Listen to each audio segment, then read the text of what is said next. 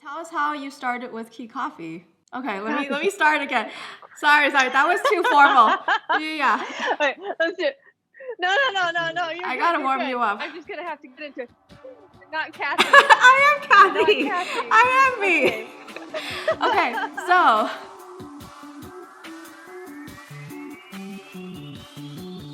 hi creator friends, this is Kathy from Easy Sunday Club. Today I'm going to have a conversation with my friend Misa Thompson about all things wholesale. Misa is owner of a successful coffee shop, Key Coffee, that's spelled K-I, coffee in Portland, Oregon, and she is sitting down with me to share her experience with signing on over 50 artists, maker brands to her coffee shop business. I've gotten a lot of questions about wholesale, how to approach wholesale, how to talk to businesses and grow your local brand presence. So I hope you'll find this video helpful. Misa Thompson is the owner of a successful coffee shop in Portland, Oregon that serves an ever-evolving menu of food and beverages because she's always experimenting just like me. And over the last 5 years, she's been able to build this thriving and well-loved and well-run community gathering space. She also carries over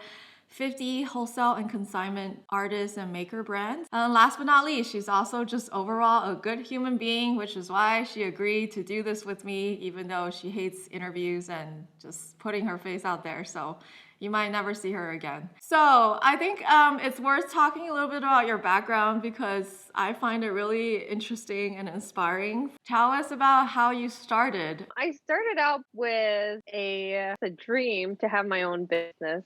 I wanted a restaurant originally. That's really expensive. I don't know how people do that. So I went with coffee shop because I'm in love with coffee. In my area, in the Beaverton area, there wasn't any specialty coffee at the time. I was driving out to Portland, which is about 15 to 20 minutes away for specialty coffee. Saw something missing, so I just opened up a shop in that area. At the time, I was checking all over. I checked on Craigslist and found a guy selling all of his equipment and wanting somebody to take over his lease. So that's how I got into the location I'm at. That's how I got into the lease. And what year was that you decided to take over the lease? That was 2016. Yeah, it's 5 years old. You took over a lease from this guy who's like, I'm done with the business. You can take over. And like you had to take out business loans to do it, right? Because at the time you were working for Best Buy. I was working for Best Buy and I was waitressing at a little ramen shop nearby called Yuzu. I wasn't able to take out a business loan. So what I did was I took out a personal loan and I had been saving for about 10 years to be able to open up my own business. So I had some capital. Fast forward, you have like one of the most popular coffee shops in the area in probably like the 5 mile radius because I lived there as of last year. Like we were there personally, and that's how we met. That's how we started talking about carrying some of my work there. So while you were trying to grow this coffee business, how did you how did you grow interest in wanting to carry artist products? I know when we first met, you had like a rotating gallery wall on in your coffee shop.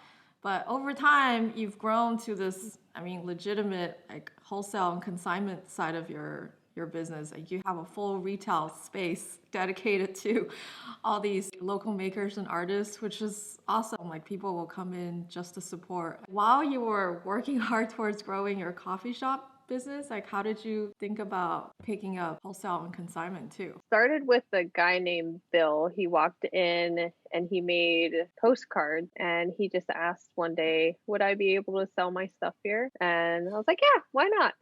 So I had him on consignment and we just went from there. And then after that, some local Beaverton business, Cedar Mills Printing, they came in seeing if they could sell mugs. I said, sure. So that was 2017, I think. When we met, I like sheepishly, I think I listened to a podcast earlier that day and talk about like putting yourself out there more. What is something you've been wanting to do that you just don't have to do it? Today's the day to do it. So like, okay, let me look up local coffee shops. And like you said, at the time, there weren't that many.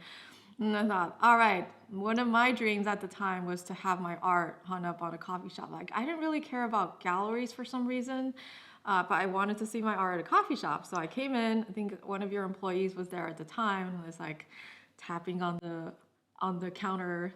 And I was like,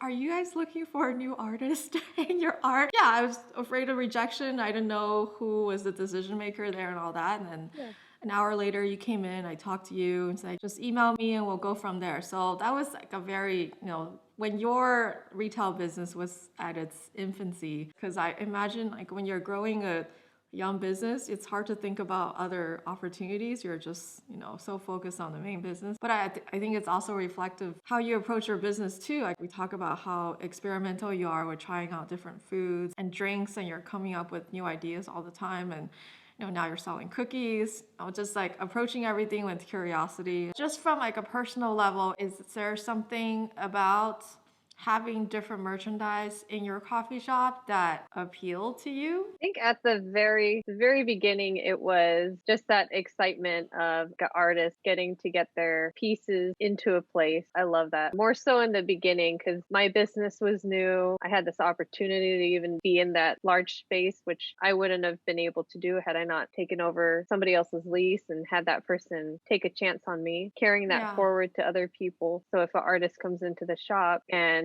they're working their butt off to get their art out there, at least listening and trying to help them. You can see it in a person's eyes. And you know how much goes into how much they had to talk themselves up to. I mean, I'm not saying everybody, but I think a lot of artists feel that way about walking into a shop and like talking to a stranger and pitching their work.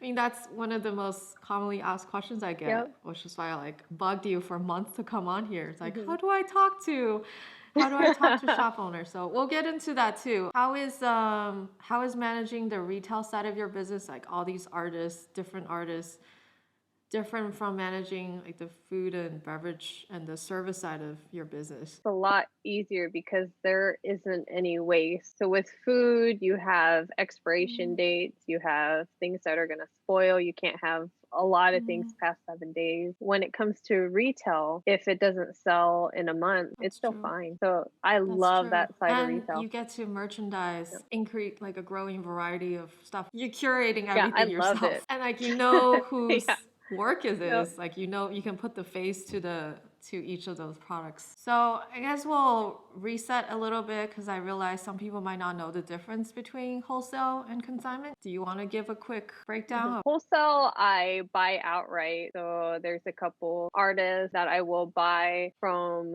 them directly, whether that be through email, through their website, or through a third party like Buy Olympia or Fair. And then consignment, the artist is bringing the product in. I'm not purchasing it on the spot. Once they make a sell, I cut them a check for the previous month on the 5th of the next month. They're fronting the inventory. They're giving you the inventory up front. You pay them the cut at the end of the month. That's how we work. And that's actually how I prefer to work with you, because I feel like I have more flexibility to kind of like provide the goods to you rather than like leaving it up to you to choose, because I just have a lot of stuff. I think because we're both more experimental. But with another line, if someone makes a collection of greeting cards and they're getting it printed outside and they don't have that flexibility of control, then it helps the retailers paying upfront, so they're not having to front the cash. All right, so let's get to the meat of this conversation here. I know you currently carry over 50 or so vendors, but you've talked to hundreds of them by now. I'm sure you've recognized like a certain trend or pattern of what people say or what people should say or shouldn't say, how they present themselves. Something that they don't teach at art school. I didn't go to art school, but that's what I hear, that they don't really teach them about business skills or pitching or sales skills. From your experience, what's something that will leave a really good first impression?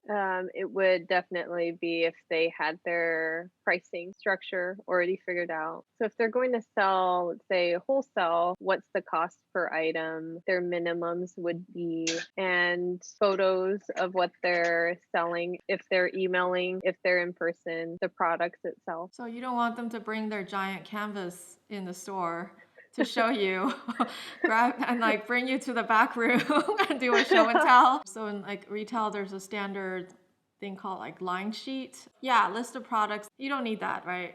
No, I don't, because I like to be able to be accessible to artists who don't even know what a line sheet is yet, or haven't even thought of a catalog, or they don't know. They don't know what they're supposed to do.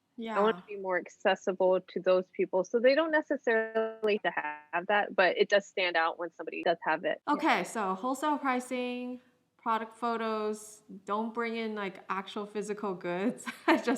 just email you a list later or maybe a website that you can look at. They can bring in their goods, but for me, because my retail area is in a coffee shop, the likelihood of me being able to step aside and give them the time that they would need is really low, especially if it's not scheduled. Because sometimes I'll have artists come in, they have the motivation to do it, they've been sitting in their car, and then it's too busy to talk to me. Yeah, definitely getting the business card from the owner is the better way. I see people come in all the time that give business cards. So sometimes they get mixed with the other business cards that somebody might have brought in. Yeah, that's a Oh, good that's point. a good point. Yeah, so actually Yeah. getting, So instead of giving your business card, you should get the contact from, or the business card from the retailer. Don't put the work on them to like remember you and like remember to because contact you. I will forget and Mm-hmm. it'll end up in a pile, and then I'll be like, who is that person? And a Mm-hmm. lot of times your business cards are really neat because they have your art on it. Mm-hmm. So it kind of draws you to checking out your website, but that's not always the case. If an artist comes in and they have a competing product, let's say someone else who does watercolor animals come in, is that like a definite no? No, I experimented with that in the beginning because I didn't want to. At first, it's like I shouldn't have competing items, but then I thought about it, and maybe if I have multiple, they'll sell more. So I started bringing in more artists. So let's say if it's greeting cards, I started bringing in more greeting cards, and now I'm selling more of both greeting cards. So I do like to have a variety of the same product, but not too much of a variety. For example, like watercolors, I wouldn't have any more than 3 watercolor artists, or even just print. I don't like to have more than 3 prints. So the takeaway for the person watching is if you notice at a store they're already carrying another line who sells something similar to you, it doesn't mean that they don't want your work. If anything, if you already see something there, it means that you have kind of like a product market fit at the store. They're carrying it because it's selling and they're more likely to carry your stuff. So let's talk about what not to do. For me, I have certain guidelines for like packaging. Like packaging needs to look nice, it needs to be tight. The maker, let's say it's jewelry, it can't be made in a cheap manner to where it would fall apart. We want customers to come back and buy more of everybody's stuff. So stuff like that, quality. Do you care that they only have one type of product? Say if it's like a newcomer artist, they're really good, but they only have 5 or 6 things that they can offer. Does that matter? No, that's fine. Sometimes I prefer that. Like I'm bringing on some dog bandanas here shortly, Mm. and she's just starting out. I think I'm her first retailer because I got the invoice and it said 001. So cute. And she only has a few choices. Wow, you're her 001 invoice. I think That's so. crazy. That's I love that. yeah. Oh, that's adorable. Reminds me of when I first had my art up on your wall and I took all the pictures. Like, it's my dream come true to have my art on the wall of a coffee shop. Okay, the thing about packaging is a good point because I think the artists who are not used to selling their things on the shelf yet don't think about those things. Yeah, 'cause people will come through and they are not gentle with stuff. I would say we are cleaning up our retail area throughout the day, every day. Things get messy. People will take piles of stuff and move it to another location. And that could be your art that you just spent hours getting together. So if it's Yeah. packaged properly to be able to handle those hands and that movement, the likelihood of it selling increases. As someone who's pitching their work, you want to make it as easy as possible for them to choose you and to buy from you, right? Like you have to kind of believe in your work too. I know it's hard for people who are putting themselves out there for the first time, like maybe the bandana girl, but sometimes you let the work speak for itself, but you also want to be empathetic to the other side. Know that Mhm. the retailer, the shop owner has a business to run too. So give them as much information that you think they will need to make that decision. Cool. Any tips on what type of products sell well at your shop? Say greeting cards sell more than anything else, and books, children books, self-help books. Do journals sell well? Planners and journals? I know you carry some there. Not really. No. So, greeting cards is really encouraging to know because that's what I keep telling artists when I talk to them. As a Yeah. lot of people on our channel are trying to sell their greeting cards online, but I tell them like you need to get in these local shops because greeting card is very much an impulse buy, right? And you Yeah. think about the customer experience when someone's at a coffee shop, they buy coffee for $5. They Yep. drink it and it's gone. But then, if you see some birthday card on the counter or like a funny card, it's like a very easy upsell, right? Like you Mhm. don't even have to sell it to them. They see it and they're like, oh, No. this is cool. Yeah. Yep. And that's why you carry multiple vendors and maybe the barrier to entry is not as high because they don't take up a lot of shelf space. Mhm. And because the sell-through rate is so fast that you can replenish things quicker too. Yep. Are there certain greeting cards that sell well? Funny ones.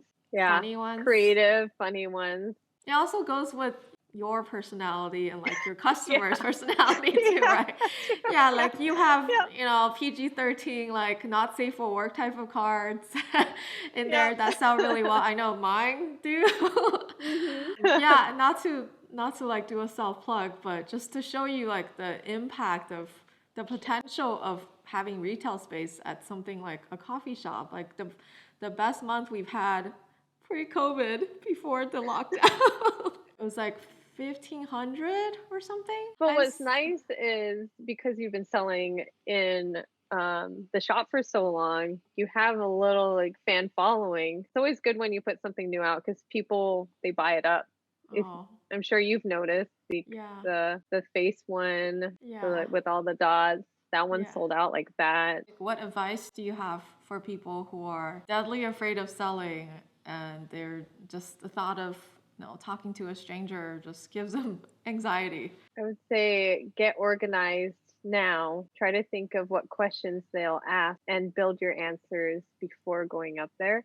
I think that'll eliminate a lot of that anxiety. Be okay with not having the answers. Like, that's Mm-hmm. fine. Like, they can get it to Mm-hmm. me later. Yeah, part of being like working for yourself is being scrappy, right? You have to do this Yeah. too. A lot of times you don't have to answer. You just say yes first and figure it out later. Yep. Yeah, say you don't have packaging, but you'll figure it out.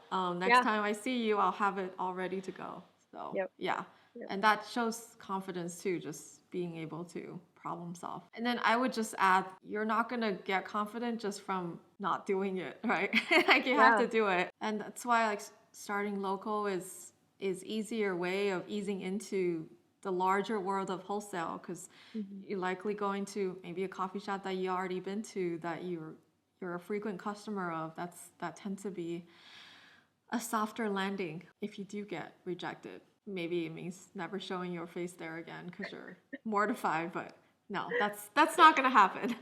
They're not gonna do that to you because they want their business too. All right, so wrapping up now, let's talk about the future of retail, after pandemic. So as a brick and mortar coffee shop, I know you have pivoted online as well during COVID. You're starting to offer delivery, you're offering multi-channel, like omni-channel, so you're letting the customer order online and pick up at curbside. Are you going to continue offering those things even after everything's open back up? Yeah, I don't like to start things and then shut it down right away. I like to at least give something a year. The online presence, I don't foresee it going away ever. And for these wholesale and consignment vendors, are you also offering them online? I have you and Krista Pierce online right now, and I'm trying to work out all of the bugs and inventory stuff Yeah. using you guys as guinea pigs. Ugh. Now we're in the process of adding more artists so people can just one-stop shop, and those who want to get a gift during, like, let's say the holidays next year, can just order online and have it delivered to their house by us or shipped. Yeah, you're kind of like a mini Etsy for the Portland area. Yeah, yeah. Another kind of fun speculation that we've been talking about too is emergence of experience with retail, right? Because like your business model is pretty unique. Like I don't know a lot of coffee shops that have both. I haven't seen one at the level that I have. You can sell your own merch, or you can sell somebody else's art. And they're And we all not. have extra shelf. Even if you have, let's say, 3 feet, putting local art there, like cards or pins, prints, maybe jewelry, that's just another income stream for your business. I know that helped keep me going, helped keep people employed. As a takeaway to people watching, if you're in a city where there are a good amount of independent coffee shops, why not have a conversation with them? Take what you've learned from this video and try to convince them to give it a try and sell your greeting cards. Okay, so last question. What do you look forward to doing or developing regarding Key Coffee in the next year or beyond? I just want a second location. I think that would be fun. Yeah. But currently, we're working on a brunch location right now, and we're working with the Oh. city to open it up. It'll have a retail corner. It'll be a lot smaller. Sounds good. Excited. And if people want to look up your business, even if they don't live in the Portland area, you have an online store now. Misa actually carries amazing coffee beans from Thornton Family Roasters. We get them shipped to our house like every other month. We're addicted to it. How can people find you online if they're not in the Portland area and want to shop these amazing things from you? www.keycoffeeshop.com. And are you on Instagram too? _ Key Coffee on Instagram. Thanks so much for coming, for your time. That was fun. Good luck, everyone. So that was our conversation. I hope you could take away a couple of things that are valuable for you as you continue to grow your creative business. If I were to sum up this conversation with two main takeaways, the first one would be to not be afraid to fail. That's kind of a recurring theme in a lot of our videos. The only way you're going to get better at dealing with rejection and selling is to do more of it. And the reason why I picked a local small business as a first one to approach is it's going to be easier than you having to set up a booth at a trade show or create this professional line sheet to pitch to wholesalers, right? Starting local is really the lowest hanging fruit for you to get your name out there, especially if you're selling greeting cards. The second takeaway I would say is to get organized. Again, like I said, you don't have to be this big professional looking stationery business, but know your numbers, know how much it costs to make your products so that you can price them properly, know your wholesale price, and be able to communicate that with the retailers or like potential buyer that you're talking to. You want to make it as easy as possible for them to say yes. Thanks for watching. If you like this video, we have a lot more practical and actionable business strategies and tactics in our channel. Subscribe to Easy Sunday Club, and we will see you next time. Thank you.